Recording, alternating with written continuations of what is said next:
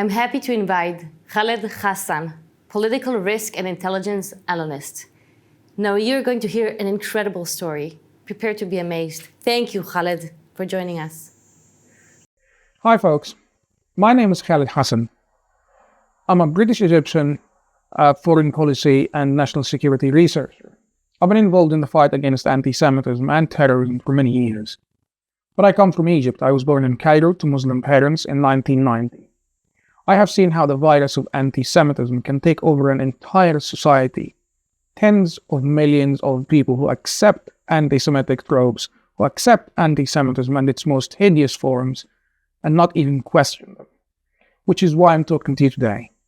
My work in the UK and alongside the UK government has led to the deportation of one of the most prominent Islamist broadcasters, after he celebrated October 7th as the happiest day of his life, continued to promote anti-Semitism and support for terrorism. My work has also led to legal action against a France-based Jordanian lawyer who was leading the ICC case against Israel, its Prime Minister and Minister of Defense. I have also been able to seek legal action and essentially have different individuals in different parts of Europe either prosecuted or held accountable for their anti-Semitism and support for terrorism. I was also one of the main contributors, one of the 10 main contributors to Trevor Searson's report on bias at the BBC, anti-Israel bias, a very blatant form of bias which has not been addressed, and there seems to be no indications that they intend to address this bias. I have one message for you. I want you to be cautiously optimistic. We are winning the war, and I believe that many people across the globe are now realizing that there is a serious threat associated with Islamism, fundamentalism, terrorism, and anti-Semitism.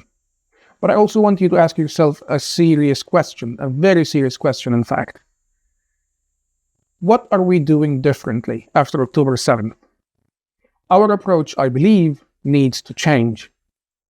We need to rely on personal experiences. There are only 15 million Jews and 2 billion Muslims who live, like I lived, in countries that are hostile to Jews, hostile to Israel, and fundamentally anti-Semitic.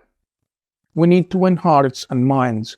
We need to do it in creative ways. We need to find different ways, creative ways to reach out, to build personal relationships.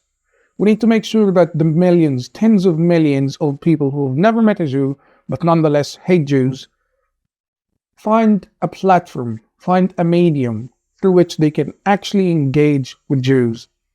And these experiences need to be personal and up close. Otherwise, there won't be much hope.